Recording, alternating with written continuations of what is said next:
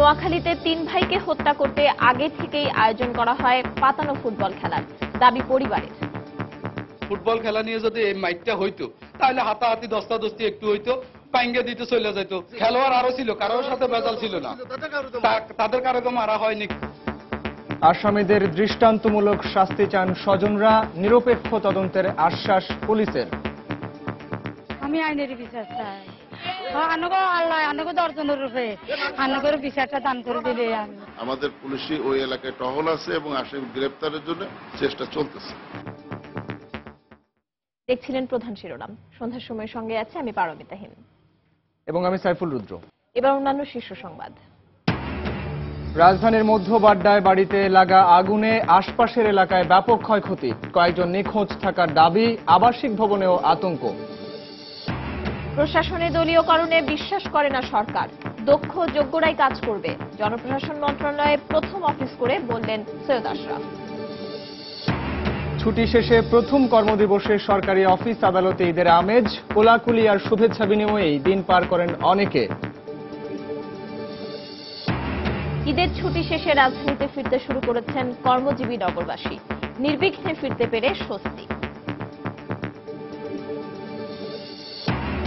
এবং বাংলাদেশ দক্ষিণ আফ্রিকার প্রথম টেস্ট শুরু হচ্ছে কাল। দিনভর অনুশীলনে নিজেদের ঝালিয়ে নিলেন টাইগাররা, মুশফিকের পরিবর্তে উইকেট কিপিংয়ে লিটন দাস।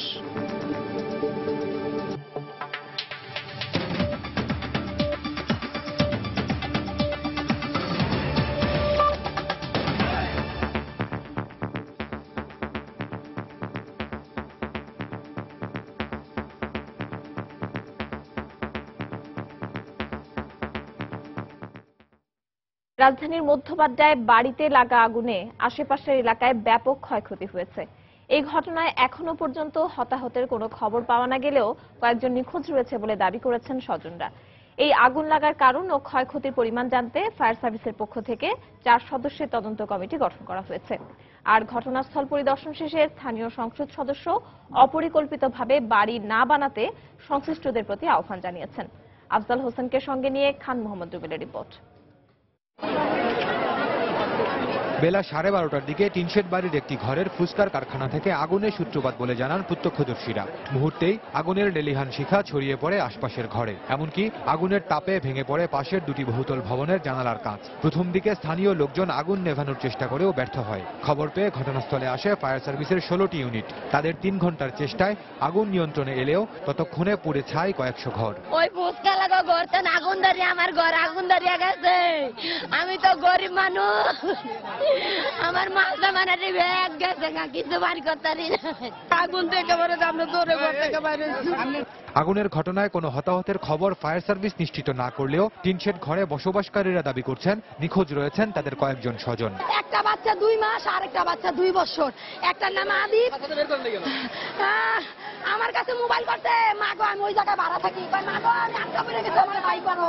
এদিকে ফায়ার সার্ভিস বলছে আগুনের কারণ সম্পর্কে নিশ্চিত নন তারা।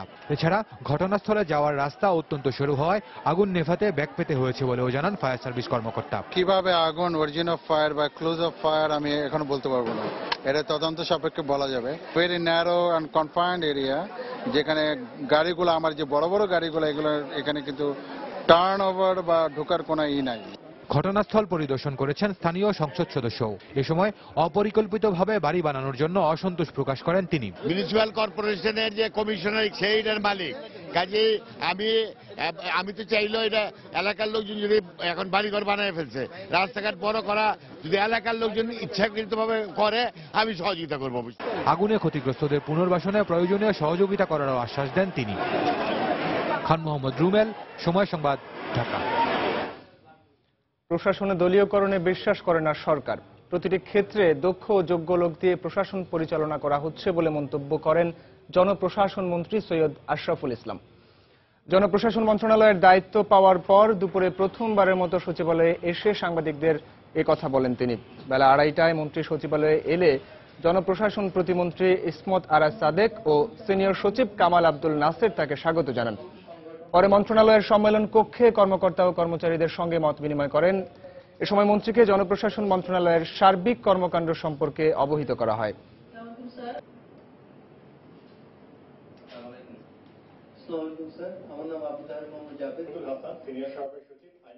প্রশাসনকে দলীয়করণ আমরা বিশ্বাস করি না।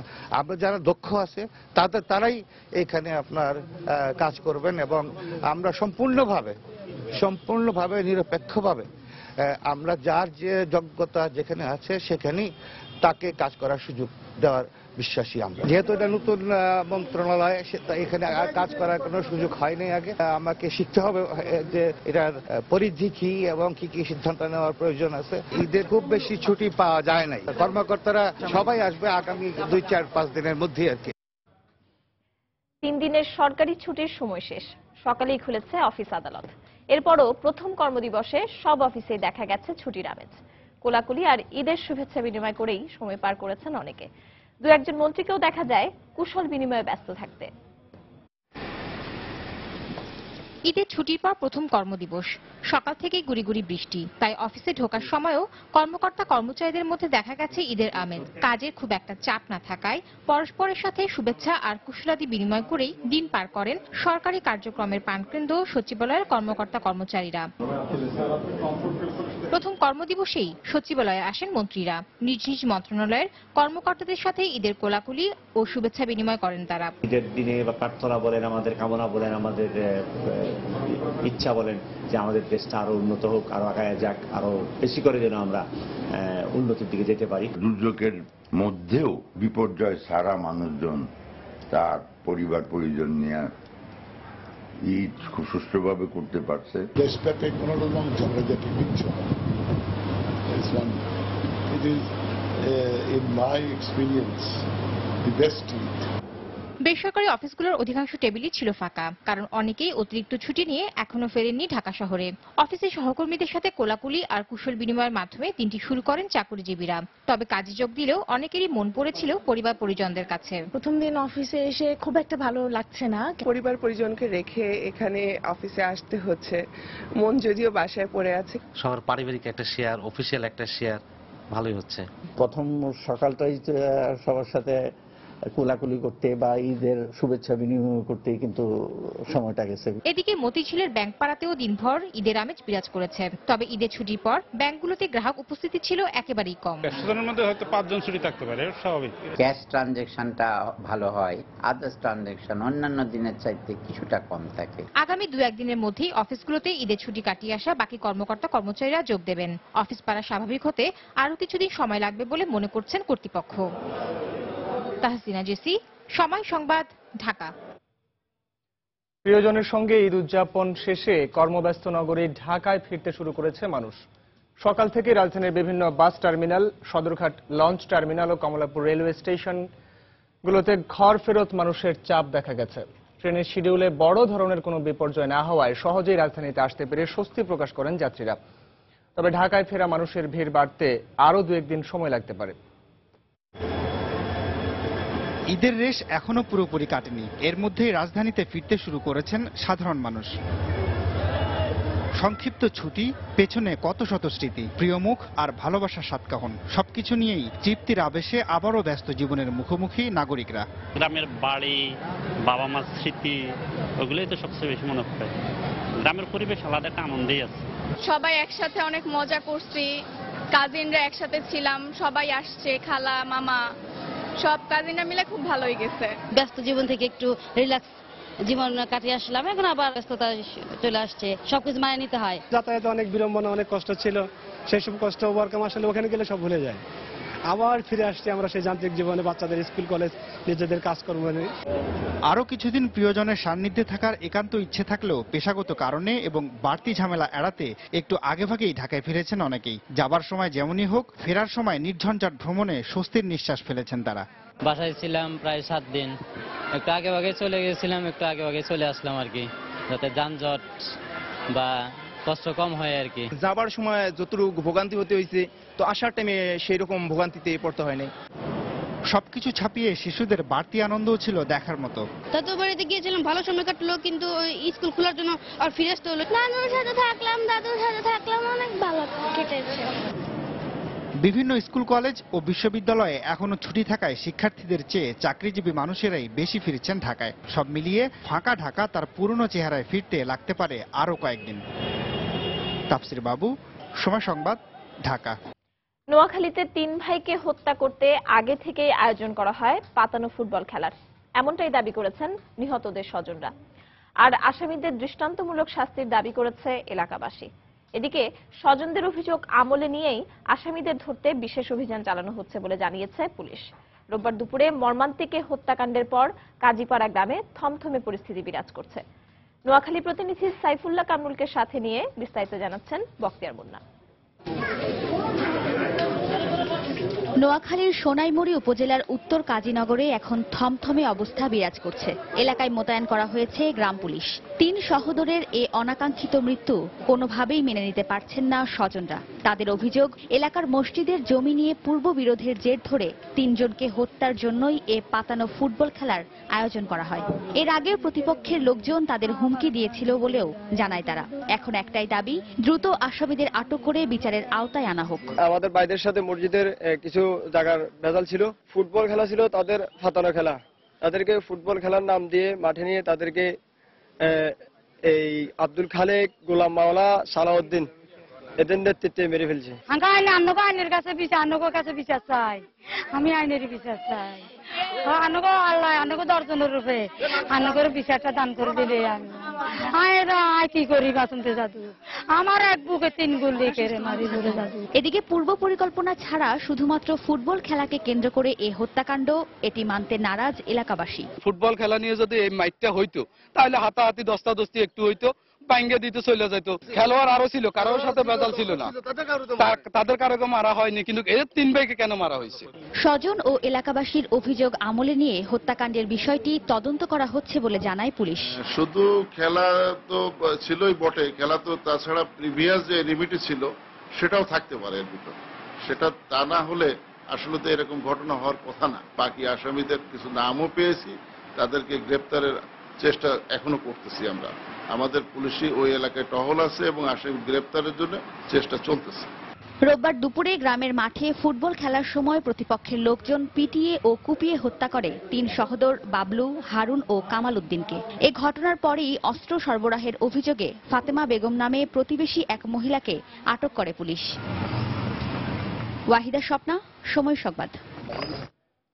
সন্ধ্যার সময় আরো থাকছে। ছিটমহলবাসীদের নাগরিকত্বের চূড়ান্ত তালিকা নিয়ে ভারতের কোচবিহারের চ্যাংড়াবান্ধায় বাংলাদেশ ভারতের প্রতিনিধিদের বৈঠক। এবং ঈদের ছুটিতে দেশের বিভিন্ন বিনোদন কেন্দ্রে দর্শনার্থীদের ভিড়। কুয়াকাটার অশান্ত সমুদ্রের জলরাশিতে রোমাঞ্চিত পর্যটকরা। যানবাহন, বাসস্থান, জনবল ও পর্যাপ্ত স্থাপনা সহ নানা সমস্যায় জর্জরিত পুলিশ বাহিনী। তার উপর রয়েছে নির্দিষ্ট কর্মঘণ্টার বাইরে অতিরিক্ত কাজের চাপ। এই অবস্থায় তাদের কাছ থেকে মানসম্পন্ন সেবা কতটুকু পাওয়া যাবে তা নিয়ে সংশয় রয়েছে খোদ পুলিশ কর্মকর্তারাই। আর বিশ্লেষকরা বলছেন, একটি সেবামূলক বাহিনী হিসেবে গড়ে তুলতে হলে তাদের প্রাপ্য সুবিধা নিশ্চিত করার কোনো বিকল্প নেই। আরো জানাচ্ছেন খান মোহাম্মদ রুমেল। ধারাবাহিক প্রতিবেদনের আজ থাকছে দ্বিতীয় পর্ব। রোদ, বৃষ্টি, ঝড় যাই থাকুক না কেন, ট্রাফিক থেকে শুরু করে পুলিশের বিভিন্ন বিভাগের সদস্যদের দায়িত্বের তাগিদে দিনের বেশিরভাগ সময় থাকতে হয় রাস্তায়। টহল দিতে কিংবা আসামি ধরতে কোনো অভিযানে যেতে একদিকে রয়েছে যানবাহনের অপর্যাপ্ততা, আবার যানবাহন যা আছে সেগুলোর অবস্থাও করুন। এই অবস্থায় অনেক ক্ষেত্রেই রিকুইজিশন করা গাড়ির উপর নির্ভর করছে পুলিশ। এখন যে প্রকট সীমাবদ্ধতা, তার মধ্যে আমাদের যানবাহন, প্রত্যেকটা থানায় আমি যখন দেখি কমপক্ষে 4 থেকে 5 টাকা গাড়ি দরকার। আসামি নেওয়ানোর ক্ষেত্রেও আমাদের যে প্রিজনার ভ্যানের অবস্থা যদি দেখেন, সেটি কিন্তু একেবারেই জরাজীর্ণ। রাস্তাঘাটে আমাদের যে গাড়িগুলো নিয়ে পুলিশ ডিউটি করে সেই গাড়িগুলো অনেক কম, পাশাপাশি যেগুলো আছে সেগুলো জরাজীর্ণ। দায়িত্ব পালন শেষে বিশ্রামের যে জায়গা সেটিও একে অপর্যাপ্ত, তার উপর অস্বাস্থ্যকর। এক বিছানায় পালাক্রমে ঘুমাতে হয় 3 থেকে 4 জনকে। পুলিশ সদর দপ্তরের তথ্য বলছে, গড়ে শতকরা 4 ভাগ সদস্যদের জন্য বাসস্থানের ব্যবস্থা রয়েছে। তবে পুলিশের বিভিন্ন পর্যায়ের কর্মকর্তাদের মতে 4 ভাগ নয়, এটি কোনো ক্রমেই 2 ভাগের বেশি নয়। পুলিশ সদস্যরা গড়ে পড়তায় 4% সদস্য সরকারি বাসস্থানে থাকতে পারে, আর 96%ই তাদের নিজের ব্যক্তিগত উদ্যোগে ভাড়া নিয়ে থাকতে হয়। একটা বেডের বিপরীতে 2.5 জন বা 3 জন, অর্থাৎ একজন ডিউটিতে যেত আর একজন রেস্ট করত, এরকম একটা অবস্থা ছিল। তো ওই অবস্থা থেকে আমরা বেরিয়ে এসেছি, কিন্তু এখনো সেই সংকটটা কিন্তু রয়ে গেছে। বিশ্লেষকরা বলছেন, দেশের অভ্যন্তরীণ নিরাপত্তা রক্ষার জন্য দায়িত্বপ্রাপ্ত একটি বাহিনী এমন নাজুক অবস্থায় থাকলে তাদের কাছ থেকে মানসম্পন্ন সেবা পাওয়াটা দুষ্কর। পুলিশের যে রিসোর্স, লজিস্টিক্স, প্রত্যেকটা জায়গায় হিউজ ঘাটতি আছে। একজন পুলিশ 1200 মানুষের এগেনস্টে কাজ করে, এটা সারা পৃথিবীতে চিন্তা করলে এটা সম্ভব না। পুলিশের সুযোগ সুবিধা বাড়ানোর পাশাপাশি দমনমূলক মানসিকতা ত্যাগ করে আরো বেশি সামাজিক ও সেবামূলক বাহিনী হিসেবে গড়ে তোলারও তাগিদ দেন তিনি। পুলিশকে নিয়ে আলোচনা আছে সমালোচনা। পুলিশ মানুষকে কাঙ্ক্ষিত সেবা দিতে পারে না, রয়েছে সেই অভিযোগও। তবে বাসস্থান থেকে শুরু করে নানা সীমাবদ্ধতার মাঝে কতটুকু সেবা নিশ্চিত করা যায় সেই প্রশ্ন কিন্তু থেকেই যায়। খান মোহাম্মদ রুমেল, সময় সংবাদ, ঢাকা। বাংলাদেশের অভ্যন্তরে থাকা ভারতের ছিটমহলের 997 জন নাগরিক ভারতে ফিরে যেতে আগ্রহী। বিকেলে ছিটমহলবাসীদের নাগরিকত্বের চূড়ান্ত তালিকা নিয়ে ভারতের কুচবিহার জেলার চ্যাংরাবান্ধায় বাংলাদেশ ভারতের প্রতিনিধিরা বৈঠকে এ তথ্য জানান লালমনিরহাটের জেলা প্রশাসক। বিকেলে ভারতের কুচবিহার জেলার মেখলিগঞ্জে এ বৈঠক হয়। বৈঠকে বাংলাদেশের পক্ষে 5 সদস্য বিশিষ্ট প্রতিনিধি দলের নেতৃত্ব দেন লালমনিরহাট জেলা প্রশাসক হাবিবুর রহমান। অপরদিকে 5 সদস্য বিশিষ্ট ভারতীয় প্রতিনিধি দলের নেতৃত্ব দেন কুচবিহার জেলার অতিরিক্ত জেলা শাসক চিরঞ্জিত ঘোষ। 6 থেকে 16 জুলাই পর্যন্ত দুই দেশের ছিটমহলগুলোতে যৌথ গণনার ভিত্তিতে টেবুলেশন তৈরি হবে। বৈঠকে দুই দেশের ছিটমহল থেকে পাওয়া তথ্য বিনিময় করা হবে। এখনো যারা তালিকায় নাম অন্তর্ভুক্ত করেননি বা জমির মালিকানা নিয়ে জটিলতা কাটেনি, তাদের বিষয়গুলো তখন আলোচনা করা হবে বলে জানিয়েছে ভারতীয় প্রতিনিধি দল। আগামী 31 জুলাই মধ্যরাত থেকে ছিটমহল বিনিময় চুক্তি কার্যকর হবে।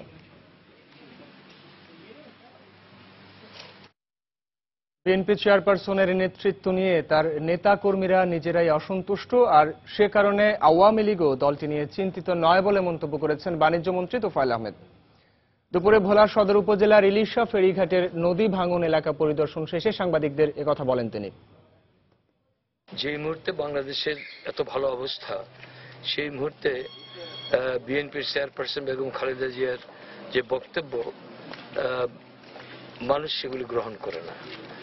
তিনি তার নিজের দল সম্পর্কে বলেছেন যে আওয়ামী লীগ বিএনপিকে ভাঙার চেষ্টা করছে। আওয়ামী লীগ বিএনপিকে ভাঙার চেষ্টা করবে কেন? বিএনপির কতিপয় নেতার বক্তব্যই তো প্রমাণ করেছে যে বিএনপির নেতা কর্মীরা বিএনপির চেয়ারপারসনের নেতৃত্বের প্রতি অসন্তুষ্ট। তারা মনে করে যে 2019 সালের নির্বাচনেও বিএনপি বিজয়ী হতে পারবে না। সৌদি আরবে আটক শিশু রাজন হত্যার আসামি কামরুলকে দেশে ফিরিয়ে আনার বিষয়টি এই মুহূর্তে পররাষ্ট্র মন্ত্রণালয়ের অধীনে রয়েছে। সকল আনুষ্ঠানিকতা শেষে শিগগিরই তাকে ফিরিয়ে আনা হবে বলে জানিয়েছেন স্বরাষ্ট্রমন্ত্রী আসাদুজ্জামান খান কামাল। আজ সচিবালয়ে স্বরাষ্ট্রমন্ত্রী হিসেবে প্রথম দিন নিজ কার্যালয়ে সাংবাদিকদের প্রশ্নের জবাবে তিনি একথা জানান। আমাদের অ্যাম্বাসেডর সেখানে কাজ করেছে, তাকে আইডেন্টিফাই করে সঙ্গে সঙ্গে সেই ধরা হয়েছে। আমরা তাকে যথাসময় নিয়ে আসবো, এটা পররাষ্ট্র মন্ত্রণালয়ের উপর ন্যস্ত হয়েছে। তাদের মাধ্যমে আমাদের কাছে হ্যান্ডওভার হবে। আমরা অবশ্যই তাকে সুষ্ঠু বিচারের জন্য তাকে আমরা হাজির করাই দিব বিচার কার্যের জন্য। পুলিশের যদি এখানে কেউ সম্পৃক্ততা থাকে, আমরা কেউকে ছাড় দেব না। সমাজে এই ধরনের যখন ঘটনাটি ঘটে, তখন সমাজের লোক এই যে দৃশ্যগুলি দেখে, তারা কেন প্রতিবাদ করলো না? তারা কেন আমাদের পার্শ্ববর্তী থানায় যে ইনফরমেশনটা দিল না? সরকার বিএনপিকে ভাঙার কোনো ষড়যন্ত্র করছে না বলে মন্তব্য করেছেন স্বাস্থ্যমন্ত্রী মোহাম্মদ নাসিম। দুপুরে রাজধানীর বারডেম হাসপাতালে ঢাকা মহানগর আওয়ামী লীগের তথ্য ও গবেষণা সম্পাদক হাবিবুর রহমান বাচ্চুকে দেখতে গিয়ে একথা বলেন তিনি। এ সময় মন্ত্রিসভা আরও সম্প্রসারিত হবে কিনা এমন প্রশ্নের জবাবে নাসিম বলেন, মন্ত্রিসভা সম্প্রসারণের বিষয়টি সম্পূর্ণ প্রধানমন্ত্রীর এখতিয়ার। দল যদি জনপ্রিয় হবে, সংগঠন যদি ভালো হবে, তো ভাঙবে কেন? কে ভাঙবে? কোন দল নিজেরাই ভাঙে সেটা। এ ব্যাপারে সরকারের কিছু করণীয় নেই। সংসদীয় গণতন্ত্রের মাননীয় প্রধানমন্ত্রীর সিদ্ধান্ত, মাননীয় প্রধানমন্ত্রী যে কোনো সময় যে কোনো সম্প্রসারণ করতে পারে, তার এখতিয়ার। সম্পূর্ণ সংসদীয় গণতন্ত্র সব দেশে এটাই নিয়ম। বাংলাদেশের সংবিধানের সুনির্দিষ্ট ঘোষণা, ধর্ম, বর্ণ, গোত্র বা লিঙ্গের ভিত্তিতে রাষ্ট্র কোনো মানুষের প্রতি বৈষম্যমূলক আচরণ করবে না। এরপরও সমাজ বিচ্ছিন্ন হিজড়া সন্তান বরাবরই বঞ্চিত পূর্বপুরুষের সম্পত্তি থেকে। সংবিধান এবং ধর্মীয় আইন অনুসারে জন্মগত এই অধিকারের বর্তমান অবস্থা তুলে ধরছেন শাতিলা শারমিন। আজ থাকছে হিজড়া জীবন নিয়ে 4 পর্বের ধারাবাহিকের দ্বিতীয় পর্ব। ছবি তুলেছেন শামসুল আরেফিন প্রিন্স। শৈশবে ভাই বোন সহ পরিবারের সাথে একটু একটু করে বেড়ে ওঠে একজন শিশু। বয়স বাড়ার সাথে সাথে শিশুটির শরীর আর আচরণে যখন পরিবর্তন ঘটতে থাকে, তখন কাছের মানুষগুলোর কড়া শাসন তাকে জানিয়ে দেয় সে আলাদা। বাবা মারধর করে, ওরকম অত্যাচার করে, মা তো কিছু বলে না, মা তো বুঝে যে মনটা অন্যরকম। বড় বোন কলেজে পড়তো, তারপর ওনাকে মানুষের নানান কথা বলে, সমাজে মুখ দেখাতে পারে না, মানুষ খারাপ বলে না। আমাকে এরকম দিন গেছে, আমাকে শিকল দিয়ে বেঁধে রাখছে। বর্দা ধরতো, মেজদা মারতো, মেজদা ধরতো, বর্দা মারতো। ওদের কথা ছিল মারলে আমি ঠিক হয়ে যাব। আমি এক কাপড়ে বের হয়ে এসেছিলাম। মাকে বলেছিলাম আমি তোমাদের মুক্তি দিয়ে গেলাম, তোমাকে মুক্তি দিয়ে গেলাম, তুমি পাকঘরে বসে তোমাকে কাঁদতে হবে। সংবিধান মতে নাগরিক হতে মায়ের গর্ভ থেকে জন্ম নেয়াই যথেষ্ট, হোক সে পুরুষ, নারী বা হিজড়া। ফলে রাষ্ট্রের অঙ্গীকার মোতাবেক মৃত ব্যক্তির রেখে যাওয়া সম্পত্তি তার সন্তানের মাঝে সমান ভাগে ভাগ হয়ে যাবে। কিন্তু সমাজে হেয় হবার ভয়ে আপনজনই হিজড়াদের বঞ্চিত করে জন্মগত অধিকার থেকে। আমি তো কলা গাছ ফেটে হইনি বা মাটি ফেটেও হইনি, আমি তো তাদের গর্ভ থেকে হয়েছি। আমি চাই যে আমি তাদের পরিচয় পাচ্ছি। চাচারা আমরা দিতে যাচ্ছে না, আমার বাবা মা দিতে যাচ্ছে আমার নামে। আইনবিদরা বলছেন সংবিধান তো বটেই, সম্পত্তিতে হিজড়া সন্তানের উত্তরাধিকার দিতে ধর্মীয় কোনো নিষেধাজ্ঞা নেই। উত্তরাধিকার সমভাবে একটা স্বীকৃতি পাবে, যে এখানে কে কি পরিচয়ে আছে সেটা বড় কথা না, উত্তরাধিকার উত্তরাধিকার, এবং সেটা সমানভাবে বন্টন হবে। ঘর আলো করে যে শিশু সন্তানটি জন্মগ্রহণ করে বাবা মায়ের কোলে, সে হতে পারে ছেলে বা মেয়ে, সে হয়ে যেতে পারে তৃতীয় লিঙ্গের কেউ। যখনই এরকম পরিস্থিতি হয়, তখন পরিবার বা সমাজ থেকে সেই শিশু সন্তানটি হয়ে পড়ে বিচ্যুত। বিশেষজ্ঞদের মতে সম্পত্তিতে উত্তরাধিকারের মাধ্যমে অধিকার ফিরিয়ে দিলে এই অবস্থার উন্নতি সম্ভব। শাতিলা শারমিন, সময় সংবাদ, নবীনগর, সাভার। দর্শক, হিজড়াদের স্বাস্থ্যসেবা রাষ্ট্র কতটা নিশ্চিত করতে পারছে তা নিয়ে মঙ্গলবার থাকছে হিজড়া জীবনের তৃতীয় পর্ব। গত দুদিন থেমে থেমে বৃষ্টির কারণে রাজধানীর বেশ কিছু রাস্তায় তৈরি হয়েছে জলাবদ্ধতা। বিশেষ করে মৌচাক, রামপুরা, মালিবাগ, খিলগাঁও সহ বেশ কিছু এলাকার রাস্তা পানিতে ডুবে থাকায় ভোগান্তিতে পড়েন অনেকেই। ঈদ এবং ঈদের পরদিন বৃষ্টি হওয়ার কারণে অনেকেই বেরিয়েছিলেন পরিবার পরিজন নিয়ে। তবে রাস্তার জলাবদ্ধতার কারণে ভোগান্তির কবলে পড়েন তারা।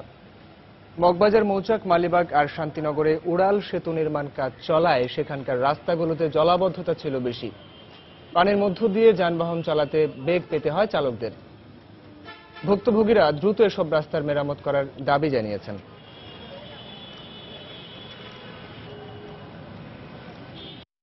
ফোটা ফোটা বৃষ্টি সারাদিন, গতকালকের ছেলে মেয়ে নিয়ে বের হইতে পারেনি, আজকের একটু বাচ্চা নিয়ে বের হচ্ছি, কিন্তু রাস্তার যে দূর অবস্থা, রাস্তাঘাটে পানি ছিল, এই জন্য যাইতে কষ্ট হয়েছে।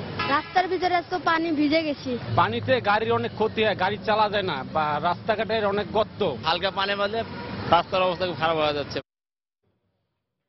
ঈদের ছুটিতে সব বয়সী পর্যটকদের ঢল নেমেছে পর্যটন কেন্দ্র কুয়াকাটায়। অশান্ত সমুদ্রের জলরাশি দেখে ঘুরতে আসা পর্যটকরা রোমাঞ্চিত। সূর্যাস্ত, সূর্যোদয় এবং সমুদ্র স্নান সহ বিভিন্ন দর্শনীয় স্থান বাড়িয়ে দিয়েছে পর্যটকদের আনন্দ। আর পর্যটন পুলিশ পর্যটকদের নিরাপত্তা দিতে নিয়েছে বিশেষ ব্যবস্থা। এম এ আজিমের পাঠানো তথ্য ও এস এম সিফাতের তোলা ছবি নিয়ে ডেস্ক রিপোর্ট। ঈদের ছুটিতে দূর দূরান্ত থেকে পরিবারের সবাইকে নিয়ে অনেকেই ছুটে এসেছেন সাগরকন্যা কুয়াকাটায়।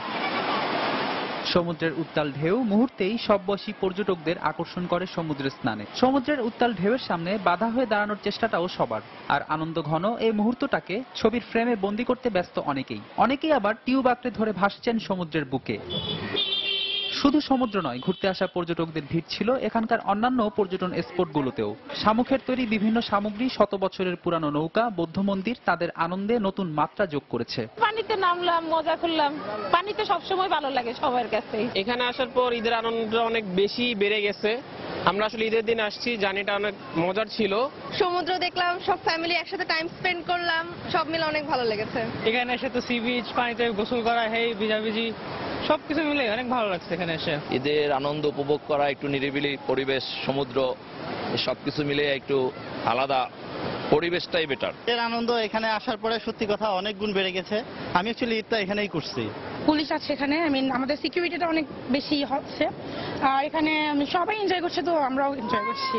এদিকে পর্যটক বাড়ার সাথে সাথে পর্যটন স্পটগুলোতেও নেওয়া হয়েছে বাড়তি নিরাপত্তা ব্যবস্থা। 0 পয়েন্ট ছাড়াও আশপাশে আরো যেগুলো স্পটগুলো আছে আমরা পর্যাপ্ত পুলিশি ব্যবস্থা দিয়েছি। আমরা সব সময় আমাদের হেলার দিয়ে এবং বিভিন্ন ভাবে আমরা পর্যটকদেরকে সাবধান করছি যারা তাদের কোনো বিপদ আপদ না হয়। শুধু সমুদ্র সৈকত নয়, পর্যটকদের আকর্ষণে কুয়াকাটায় রয়েছে আরো 13টি পর্যটন স্পট। সময় সংবাদ, বরগুনা। এদিকে নরসিংদীতে আন্তর্জাতিক মানের একমাত্র বিনোদন কেন্দ্র ড্রিম হলিডে পার্কে ঈদের দিন থেকে শুরু হয়েছে দর্শনার্থীদের উপচে পড়া ভিড়। বিনোদনপ্রেমী দর্শনার্থীদের আকৃষ্ট করতে ড্রিম হলিডে পার্কটিকে সাজানো হয়েছে বর্ণিল সাজে। পাশাপাশি নতুন সংযোজন করা হয়েছে বুলেট ট্রেন, রোলার কোস্টার ও ভূতের রাজ্য। কাউসার আহমেদের ছবি ও আশিকুর রহমান পিয়ালের পাঠানো তথ্য নিয়ে ডেস্ক রিপোর্ট। প্রকৃতির সৌন্দর্যপূর্ণ গাছগাছালি বেষ্টিত মনোরম পরিবেশে গড়ে তোলা হয়েছে নরসিংদীর ড্রিম হলিডে পার্ক। এখানে মিলবে হিমালয় পর্বতের সাদৃশ্য। নাম রাখা হয়েছে ফ্যান্টম হিল। এ পার্কে এখন বাস করছে 30টি ভূত। ইটালি থেকে আনা হয়েছে এই ভূতগুলো।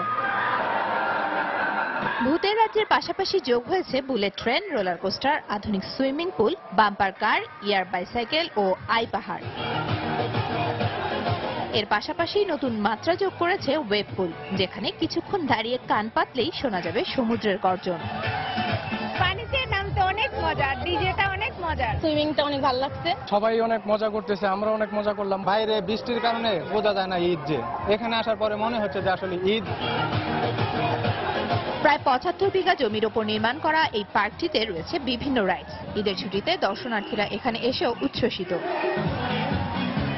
নাগরিক জীবনের কোলাহলের বাইরে পার্কের এই সৌন্দর্যকে উপভোগ করতে ঈদের ছুটিতে অনেকেই সপরিবারে বেড়াতে এসেছেন এখানে। বাচ্চাদের জন্যই আর কি, বাচ্চাদের জন্য এখানে আসা হলো আমাদের। এত খেলনার বাচ্চাদের জন্য কোন বাচ্চাই মানে বাবা মার হাত থেকে ছুটে চলে যাবে। 2 বছর থেকে শুরু করে বৃদ্ধ যারা, তারাও এখানে এসেছে। ফ্যামিলি মেম্বারদের নিয়ে আসছি, তো এখানকার পরিবেশটা খুব ভালো। তা আসলে ভাষায় প্রকাশ করার মতো না, অনেক মজা লাগছে। পার্কের ব্যবস্থাপনা পরিচালক জানান, দর্শনার্থীদের জন্য নেওয়া হয়েছে পর্যাপ্ত নিরাপত্তা ব্যবস্থা। সিসিটিভির মাধ্যমে পর্যবেক্ষণ করা হচ্ছে, আর আনসারের নিজস্ব ক্যাম্প আছে, আর এখানে আমাদের নিজস্ব সিকিউরিটি বাহিনী আছে। পাশাপাশি প্রশাসনের পক্ষ থেকে আমাদেরকে পর্যাপ্ত আইন শৃঙ্খলা বাহিনী দেওয়া হয়েছে ঈদকে কেন্দ্র করে। প্রতিদিন সকাল 10টা থেকে সন্ধ্যা 7টা পর্যন্ত খোলা থাকে পার্কটি। প্রবেশে লাগে 200 টাকা। সময় সংবাদ, নরসিংদী।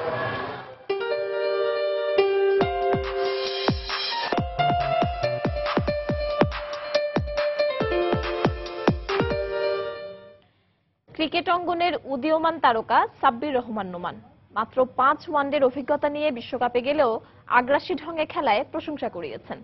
জাতীয় দলের এই হার্ড হিটার ব্যাটসম্যানের অভিষেক হবার পর থেকেই বাংলাদেশ দল পাচ্ছে সাফল্য। তবে খেলার চেয়েও হয়তো তার সবুজ চোখের কারণে ভক্তদের সংখ্যাটা বেশি। কেমন উপভোগ করছেন এমন তারকা খ্যাতি? সামনের পরিকল্পনা কি? ঈদের সময় কাটে কি করে? ক্রিকেট ভাবনার পাশাপাশি ব্যক্তি জীবনের অনেক জানা অজানা বিষয় সময় সংবাদের কাছে মেলে ধরেছেন ক্রিকেট তারকা সাব্বির। টুর্নামেন্টে তো ছোটবেলায় তো ওখানে জাস্ট আমি ফিল্ডিং করতাম। জাস্ট ফিল্ডিং করার থেকে আমার ক্রিকেটার শুরু। এখানে আমাদের কোচ আছে রশিদ ভাই নামে একটা লোক, তো উনি ফার্স্ট আমার ফিল্ডিং দেখে, ব্যাটিং দেখে, আর বোলিং তো করতে পারতাম না ওখানে, তো শুধু ব্যাটিং 12 বার নামতাম, ফিল্ডিং করতাম। তো উনি আমাকে ফার্স্টে দেখার পরে বলতে, তুমি তাহলে আমার ক্যাম্প প্র্যাকটিস করো। ওইখান থেকে আমার ক্রিকেট লাইফ শুরু। আমার ফ্যামিলি আসলে দুজন দুই রকম। আমার বাবা চাই আমার ক্রিকেট প্লেয়ার হতে, কারণ আমার জেদ ছিল অনেক যে আমি সবসময় মাঠে ঘাটে পড়ে থাকতাম। সকালে 9টার সময় বের হইতাম, আসতাম দুপুরবেলা 1টার সময়, তাও আবার নিয়ে আসতাম আমার আম্মু কান ধরে। আমার কিছু ফ্রেন্ড আছে যারা অনেক পটকাবাজি করে, তো আমাদের ছাদের প্রতি ঈদে চাঁদ রাতের দিন পটকা বাজে। তো আমরা কিছু ফ্রেন্ডকে আমরা কি করতাম যে হয়তো বা পিছে পটকা লাগিয়ে দিতাম অথবা আগুন দিয়ে দিতাম, পটপট করে বাঁচতে বাঁচতে ইয়ে হতো। অনেক মজা কাহিনী আছে। আমার ফ্রেন্ড বলতে আমি আড্ডা মারি খুবই কম, সারাদিন হয়তো প্র্যাকটিস বা ব্যস্ত থাকি ফ্যামিলির কাজে, হয়তো সন্ধ্যা পরে গেলাম, হয়তো ফ্রেন্ডের সাথে আড্ডা মারলাম। একটা মজার কাহিনী আছে যে রাজশাহীতে কালোরুটি নামে একটা জায়গা আছে, কালোরুটি খাই। তো এই জায়গাটা আমরা রেগুলার যাই কালোরুটি খেতে বন্ধু বান্ধব মিলে। তো অনেক সময় অনেক মিস করি আমরা কালোরুটি। অনেক মেয়ে ভক্ত, ছেলে ভক্ত, সবাই আমার চোখের পাগল। অনেকে প্রশ্ন করে যে আপনার চোখটা দেওয়া যাবে কিনা বা কিছু করা যাবে না। হ্যাঁ দেওয়া যাবে, 2 কোটি টাকা লাগবে। মানে মজা করি।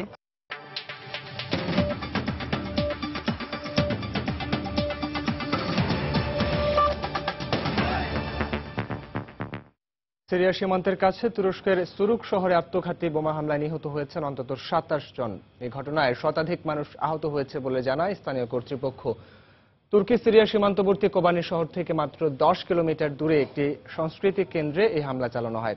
এই ঘটনায় আহতদের দ্রুত স্থানীয় হাসপাতালে ভর্তি করা হয়। কারো পক্ষ থেকে এই হামলার দায় স্বীকার করা না হলেও তুরস্কের স্বরাষ্ট্র মন্ত্রণালয় একে সন্ত্রাসী হামলা বলে উল্লেখ করেছে। স্থানীয়দের বরাত দিয়ে বিবিসি জানায় প্রায় 300 তরুণ একটি আলোচনা অনুষ্ঠানে উপস্থিত হয়েছিলেন।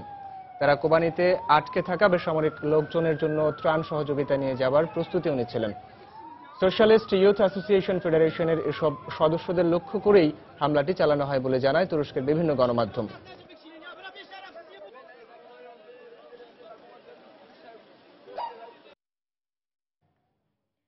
দীর্ঘ 54 বছর পর কূটনৈতিক সম্পর্ক পুনঃস্থাপন করল যুক্তরাষ্ট্র ও কিউবা। ইতোমধ্যে দুদেশই নিজ নিজ দেশে একে অপরের দূতাবাস চালু করেছে। দুদেশের মধ্যে সম্পর্ক উন্নয়নের এই পদক্ষেপকে স্বাগত জানিয়েছে দুদেশেরই নাগরিক। প্রতিশ্রুতি অনুযায়ী সোমবার ওয়াশিংটনের এই চমৎকার ভবনটিতে আনুষ্ঠানিকভাবে উদ্বোধন করা হয় কিউবার দূতাবাসের। এর আগে স্থানীয় সময় রোববার মধ্যরাতে কিউবায় মার্কিন দূতাবাসের উদ্বোধন করা হয়। তবে সেখানে মার্কিন রাষ্ট্রদূত হিসেবে কাকে নিয়োগ দেওয়া হয়েছে সে ব্যাপারে কিছু এখনো জানা যায়নি। ওয়াশিংটনে কিউবার এই দূতাবাস স্থাপনকে ইতিবাচকভাবে দেখছে মার্কিন নাগরিকেরা। এটা সত্যিই খুব ভালো হয়েছে। এত দীর্ঘ সময় পর দুদেশের মধ্যে আবারও সব ধরনের সম্পর্ক হতে যাচ্ছে। একে অপরকে আরো ভালোভাবে জানতে পারবো আমরা। অন্যদিকে সাধারণ কিউবানরাও কিউবা যুক্তরাষ্ট্র সম্পর্ক উন্নয়নে দুদেশের সরকারের প্রচেষ্টাকে স্বাগত জানিয়েছে। তারা মনে করে একইভাবে দুদেশের মধ্যে অর্থনৈতিক সম্পর্ক পুনঃস্থাপিত হলে লাভবান হবে কিউবার জনগণ। আমি একটা জটিল রোগে ভুগছি, কিন্তু এখানকার দোকানগুলোয় প্রয়োজনীয় ঔষধ নেই। আশা করছি যুক্তরাষ্ট্র অর্থনৈতিক নিষেধাজ্ঞা সহ অন্যান্য নিষেধাজ্ঞা উঠিয়ে নিলে সবকিছু সহজলভ্য হবে। আমি মনে করি দুদেশের সম্পর্ক জোরদার হলে আমাদের দেশের জন্য ভালো হবে। আশা করছি আমি শিগগিরই যুক্তরাষ্ট্রে বেড়াতে যেতে পারবো।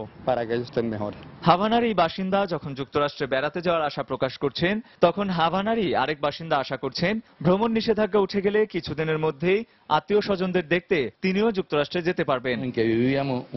আমাদের মাঝে দূরত্ব মাত্র 150 কিলোমিটারের। অনেক কিউবান সেখানে থাকেন। আসার বিষয় হচ্ছে অর্ধ শতাব্দী পর আমাদের সম্পর্ক স্বাভাবিক হতে শুরু করেছে।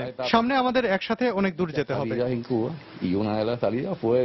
গত 1 জুলাই মার্কিন প্রেসিডেন্ট বারাক ওবামা কিউবা ও যুক্তরাষ্ট্রের মধ্যে কূটনৈতিক সম্পর্ক নতুন করে স্থাপনের বিষয়টি আনুষ্ঠানিকভাবে অনুমোদন করেন। আবারও দুই দেশের দূতাবাস চালুর মধ্য দিয়ে কিউবা ও যুক্তরাষ্ট্রের অর্ধশতকের বৈরিতা নিরসনে আশার আলো দেখছেন কিউবান ও মার্কিনিরা।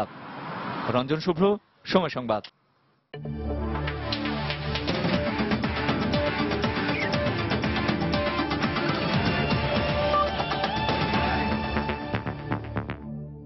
বাংলাদেশ দক্ষিণ আফ্রিকা টেস্ট সিরিজ প্রসঙ্গ। ওয়ানডে সিরিজ জয়ের পর এবার টেস্টের দিকে নজর বাংলাদেশের। ওয়ানডের ধারাবাহিকতা ধরে রেখে টেস্ট সিরিজেও জয় তুলে নিতে চায় মুশফিক বাহিনী।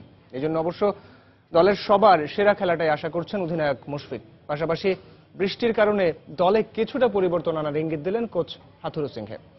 অন্যদিকে ওয়ানডে সিরিজ হারের পর টেস্টে জয় ছাড়া অন্য কিছুই ভাবছে না সফররত দক্ষিণ আফ্রিকা। চট্টগ্রাম থেকে বিস্তারিত জানাচ্ছেন পার্থ প্রতিম বিশ্বাস। রঙিন পোশাকের ক্রিকেটে বাংলাদেশ দলের প্রাপ্তির পাল্লাটা ভারী হলেও টেস্টে এখনো তেমন পরিণত নয়। এখন পর্যন্ত 91টি টেস্ট খেললে তার মধ্যে জয় পায় মাত্র 7টি। আর টেস্ট ক্রিকেটের 1 নম্বর দল দক্ষিণ আফ্রিকার বিপক্ষে সেই পরিসংখ্যান আরো করুন।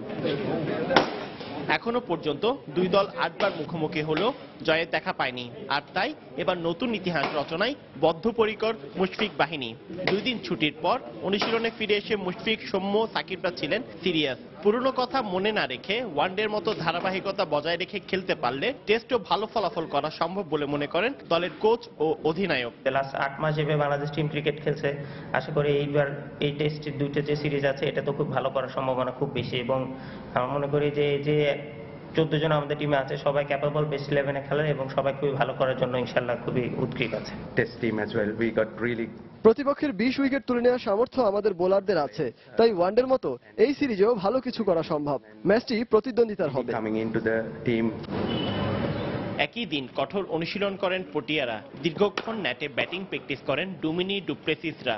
এবিডি ভিলিয়ার্সের অভাব দলে অনুভূত হচ্ছে বলে জানিয়ে প্রোটিয়া দলের অধিনায়ক জানান, স্টেইন ও মর্কেলি এখন ভরসা তাদের। টেস্ট ক্রিকেট সম্পূর্ণ ভিন্নধর্মী একটি ফরম্যাট। ওয়ানডেতে বাংলাদেশ সাম্প্রতিক সময়ে খুবই ভালো খেলছে। আমার ধারণা টেস্টেও এই আত্মবিশ্বাসটা ওদের কাজে লাগবে। তবে আমরা আমাদের পারফরমেন্সের উপরই মনোযোগ দিতে চাই। দলে স্টেইনের মতো বোলার আছে, যে কোনো উইকেটেই সে ভালো বোলিং করতে পারে। গেল বছরগুলোতে দলের রেকর্ডও বেশ ভালো, তাই আমরা জয় ভিন্ন অন্য কিছু ভাবছি না। বাংলাদেশ যখন শুভকামনার অপেক্ষায়, দক্ষিণ আফ্রিকা তখন আধিপত্য দেখানোর। ওয়ানডেতে সিরিজ জয়ের পর আত্মবিশ্বাসের তুঙ্গে রয়েছে টাইগাররা। এক্ষেত্রে ওয়ানডের মতো টেস্টেও ধারাবাহিকতা বজায় রেখে বাংলাদেশের ব্যাটসম্যান ও বোলাররা সেশন অনুসারে ঠিকমতো খেলতে পারলে টেস্টেও ভালো ফলাফল করা সম্ভব বলে মনে করেন বাংলাদেশের অধিনায়ক মুশফিকুর রহিম। চট্টগ্রামের জহুর আহমেদ চৌধুরী স্টেডিয়াম থেকে পার্থপ্রতিম বিশ্বাস, সময় সংবাদ। সন্ধ্যার সময় এই পর্যায়ে শীর্ষ সংবাদ জানিয়ে দিচ্ছে আরেকবার।